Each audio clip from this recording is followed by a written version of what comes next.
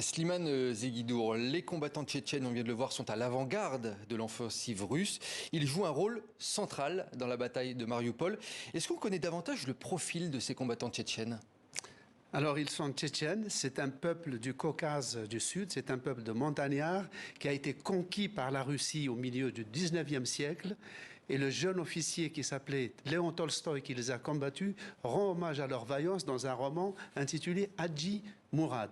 Ceci pour la grande histoire. Et donc, les Tchétchènes ont toujours eu une réputation de combattants intrépides. Et l'armée russe impériale, plus l'Union soviétique, plus la Russie d'aujourd'hui, les a toujours utilisés comme commandos de chasse.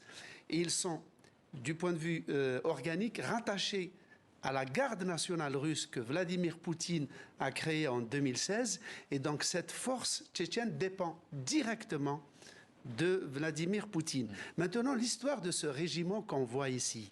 Curieusement, à l'origine, ces combattants étaient des combattants indépendantistes anti-russes, dirigés par Ahmed Kadyrov, qui était le moufti de la Tchétchénie et le père de l'actuel Ramzan Kadyrov.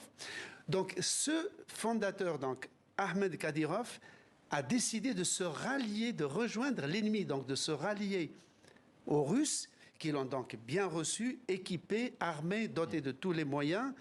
Et ce sont donc d'anciens indépendantistes qui sont devenus le fer de lance de l'armée russe, depuis 2014 d'ailleurs dans le Donbass. Et là, dans les moments où il y a des combats très durs à mener, ce sont eux qui vont en premier. Qui sont à l'avant-garde. Qui sont à l'avant-garde. Et ils ont une réputation de combattants un peu l'équivalent des Gourkhas népalais dans l'armée britannique. Dernière nuance, une partie des anciens indépendantistes qui étaient les combattants de ces soldats, eux, vous savez où est-ce qu'ils se trouvent ?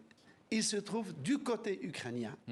Il y a un régiment tchétchène d'anciens compagnons de ces soldats qui se bat de l'autre côté. Cela dit, ça n'a rien d'exceptionnel, car il y a des Russes des deux côtés du front, des Ukrainiens des deux côtés du front et des Tchétchènes des deux côtés du front. Et c'est ce qu'on a vu depuis qu'on couvre effectivement ce conflit.